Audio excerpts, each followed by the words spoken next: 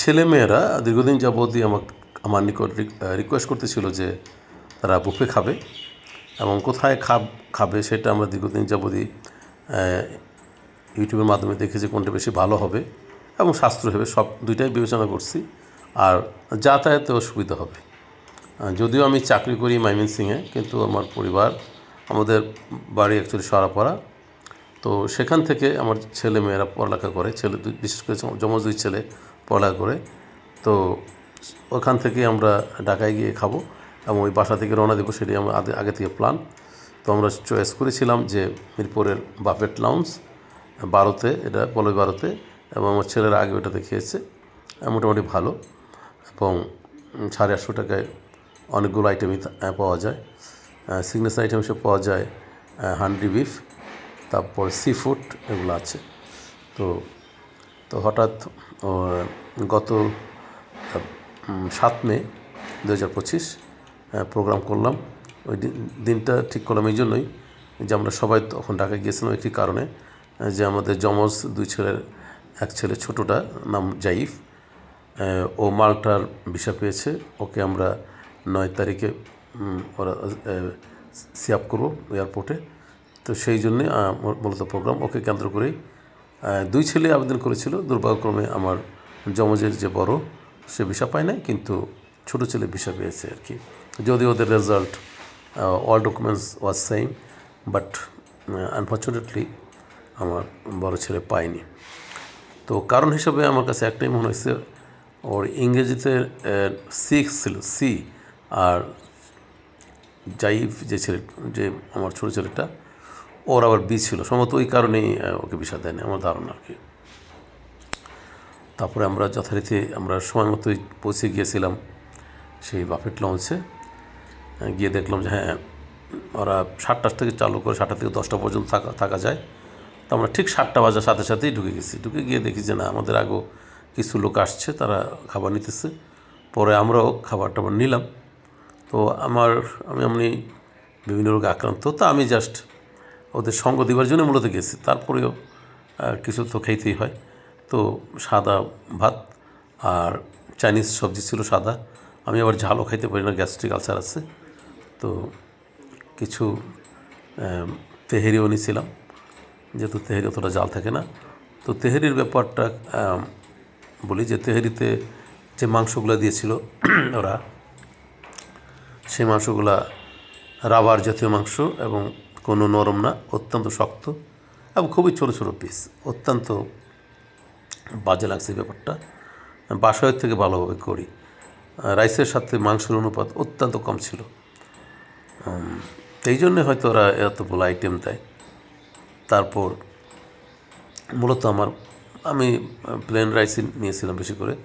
তো plain rice, আমার চাইনিজের যে তরকারি ভেজিটেবলস ওইটা, আর চিংড়িটা কারি, হ্যাঁ মোটামুটি আমার ওইটা গিয়ে পেট ভরেছে। আর ভাজা পোড়া এমনি তো আমি খাই না, কিন্তু আমার ছেলেমেয়েরা দেখছি যথেষ্টই ওরা পোষাইছে আর কি। প্রত্যেকটা আইটেম ওরা হাত দিচ্ছে, সালাদ সহকারে, এমনকি জুস, কোনো কিছু ওরা বাদ দেয়নি। আর সেই হিসাবে আমার খুবই হয়তো টাকার হিসাবে হয়তো 200-300 টাকার খাবার আমি খাইছি আর কি। তো যাই হোক, আনন্দটাই বড় কথা। এই ছেলেটা দেখতেছেন, ওই যাবে মাল্টাতে যাবে, ওর নাম জাইফ। আর পাশে বসেছে আমার আরও ছিল, ওরা যমজ, ওর নাম জিহাদ। আর পাশে ওই পাশে মেয়ে আছে, ছোটো মেয়ে, ও ওদেরই সমাবয়সী, 1 বছরের বড় অনলি। তো সে পড়ালেখা করছে ঢাকাতে, না সরি ময়মনসিংহে। আর ওই বড় ছেলেটা ঢাকাতে এক প্রাইভেট ইউনিভার্সিটিতে পড়ছে।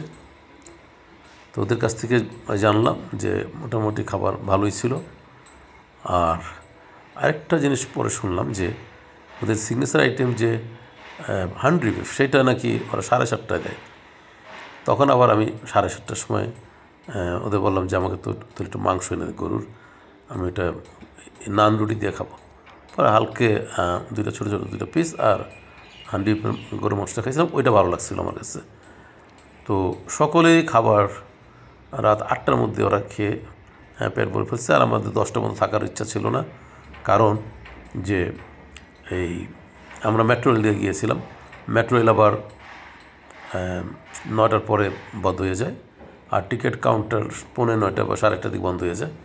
তো এই জন্য আমরা 8:30টার আগেই বুফে থেকে বের হয়ে গেছি।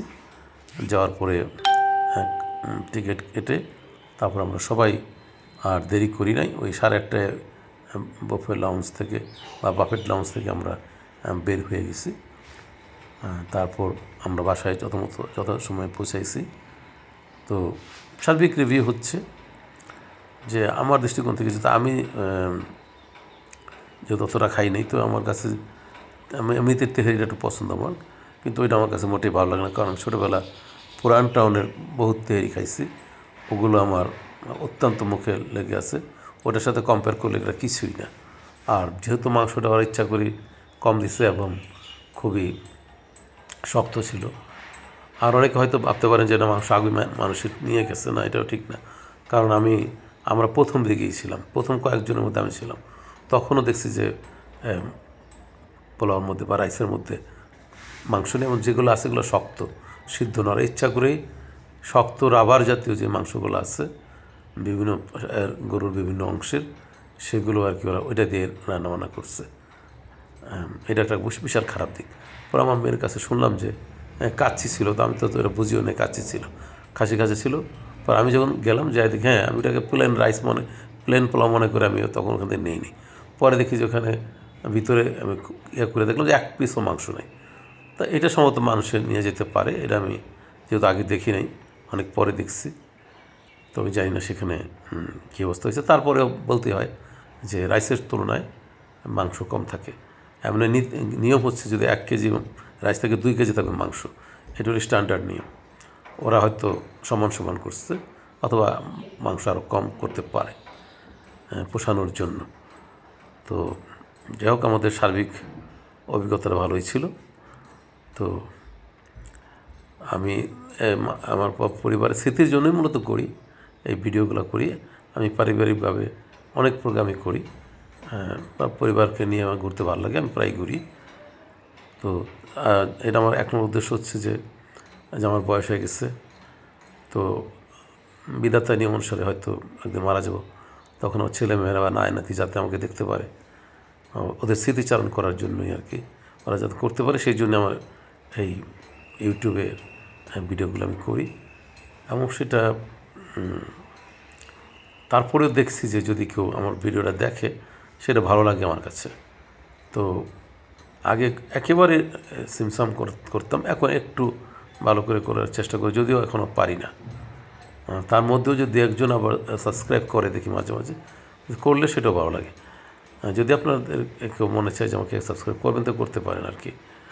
যেহেতু এটা আমার ব্লগিং করাটা আমার ভালো লাগছে, এবং আমি চাকরি থেকে রিটায়ার করার পরে আমি হয়তো ব্লগিং করব, সেটা শখেই করবো অনেকটা বলা যায়, যেহেতু আমার ভালো লাগে।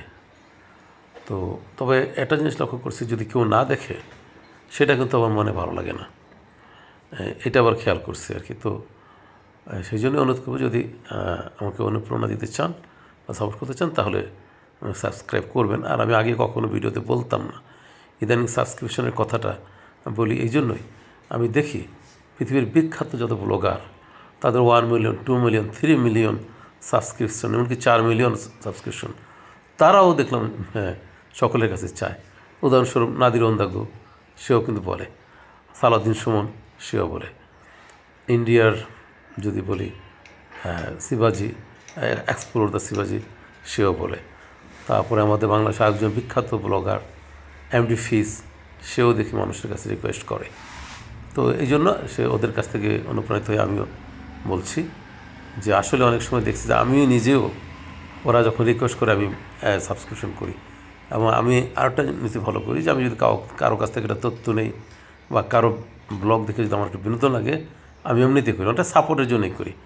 যদিও মানুষের আমার অফিসে আরেকজন ব্লগার আছে মোটামুটি, সে মনিটাইজেশন পাইছে, সে বলেছে স্যার ব্লগ আর মানুষ সাবস্ক্রিপশন করে যদি এই জন্যই করে যাতে আবার সে ভিডিও দিলে সে দেখতে পায়। আমি দেখেন আমি এই জন্য করি না, আমি করি এই জন্যই যে তাকে একটু সাপোর্ট করলাম, সেই জন্যই আমি এমন কোনো আমি যেটা দেখি সেটাকে আমি সাবস্ক্রিপশন করি।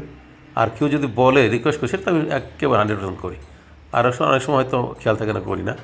কিন্তু বেশিরভাগ ক্ষেত্রে আমি করি। অসংখ্য সাবস্ক্রিপশন আমার করা আছে, কারণ করতে তো আর কোনো আমার ক্ষতি লাগছে না। আমার দ্বারা আমি তো কাউকে সরাসরি কোনো হেল্প করতে পারছি না, সে সামর্থ্য নাই।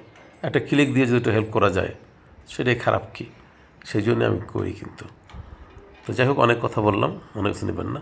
তো বাকিটুকু দেখেন ভিডিও। আমি পুরা যতক্ষণ আমরা ছিলাম ততক্ষণের ভিডিওই করছি আসলে, কারণ আমার ক্যামেরা একটা স্ট্যান্ডের মধ্যে দেওয়া ছিল, ওইটা ওইভাবেই ছিল আর কি, যতক্ষণ ছিল অতক্ষণ। তো সমস্ত খাওয়া দাওয়ারই দেখতে পাচ্ছেন, ওরা মোটামুটি যথেষ্ট পরিমাণ খাবারই দেখলাম বারে আনছে, খাইছে। তো ওদের ব্যাপার, ওদের টাকাটা ওষুধ ওইটা সেটা 100% কারেক্ট কথা। তো খোদা হাফেজ, বিদায় নিচ্ছি এবার।